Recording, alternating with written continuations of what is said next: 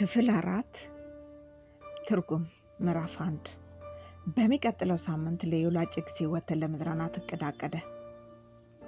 ተነሺ፣ ቅዳሜና እሁድ ሌክ አጀነፋ እናሳልፍ አለኝ። እኔና አንቺ ብቻ፣ ምናልባት ንጹህ አየር እንቀበል፣ ያድሰናል። መሄድ አልፈልግም፣ ነገር ግን እሺ ያልኩት። እንደገና ልጎዳው አልፈለግኩም። ለ2 ሰዓት ያህል ነዳ። ሐይቁ ጸጥ ያለ ነው። ዛፎቹ ለምለም አረንጓዴ ሆነዋል።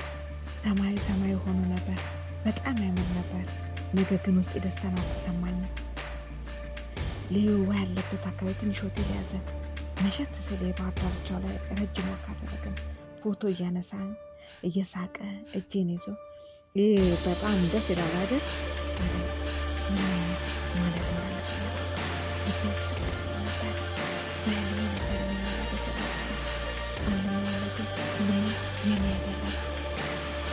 ያን ምሽት ትንሽ የታሸገች ነገር ከፈትኩትና አየሁ።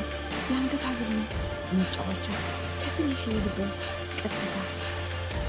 ይህ የአንቺ ነው ወይማ ልቤ ከአንቺ ጋር ነው አለ።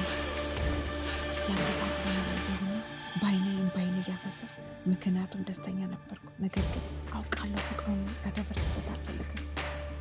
አመሰግናለሁ ልቤ ቀንሽ አልኩት። ከዛ በኋላ ሌዩ እንቅልፍ መጣ። ካልጋው አጠገብ መሬቱ ላይ ተቀመጥኩ። ድምፄን አውጥቼ ማልቀስ አልፈለግም።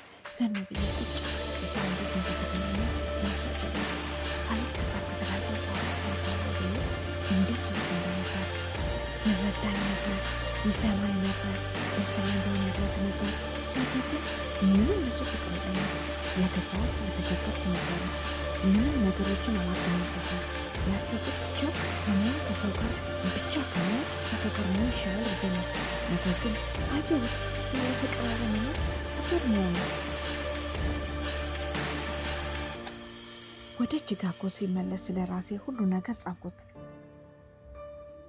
ለማንም ሰው አላሳየውም። ዝም ብዬ የተሰማኝን ጻፍ። ከዛ በኋላ በሌላ መንገድ ኤማ፣ አንቺ መጥፎ ሰው አይደለሽም። አጥፍተሽ ሊሆን ይችላል፣ ነገር ግን ያጠፋሽው ቀጥላቸው አይደለም። ጥሩ ነገር እንዲሰማሽ ትፈልጊያለሽ፣ ነገር ግን መድፈር አለብሽ። እውነተኛ አንቺነትሽ መፈለግ አለብሽ። እንደገና እንደዚህ ይለኛል በሌላ ነገር። ሌዩ ጠላትሽ አይደለም፣ እሱ ጥሩ ሰው ነው። ነገር ግን አንቺ አትኖሪበትም። አስወጩ። ምን እንደሚፈልግ አስወጩ። የሚጽፋ ነገር ራሴን ተረዳ። ምን ያህል ነገር የተሰማ ግልጽ ቤታለ ተቀማጥላ ጓደኛ ድምፅሽ ኃይል አለው አለች። ለሌዩ ሁሉ ነገር ልነግረው እያሰብኩ ነው። እውነቱን ማወቅ ይገባዋል አልኳት። በጣም ነው የኮራሁብሽ አለች። ያ ምሽት ሌዩ ከኔ ጋር እንዲቀመጥ ጠየኩት። እጄ ይንቀጠቀጣል። አንድ ነገር ልነግር እፈልጋለሁ ሌዩ አልኩት እያየኝ። እሺ አለኝ ትንፋሽን ስቤ። ሌዩ ለአንተ መጠንቀቅ እፈልጋለሁ። አንተ ጥሩ ሰው ነህ፣ ነገር ግን አልወድህም። ምን ማድረግ አልችልም።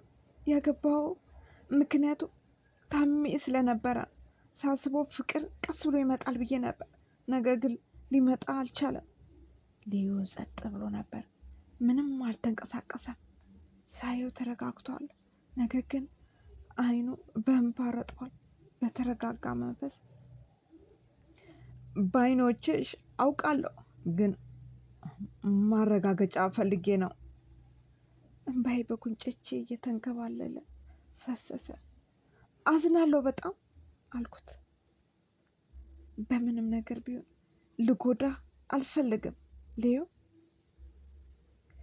ከሁሉ ነገር አስፈልጬ እወድሻለሁ ይማ። ሁሉ ነገር አድርጌያለሁ። አንድ ነገር ግን መሞከር አልቻልኩም። ይቀጥላል።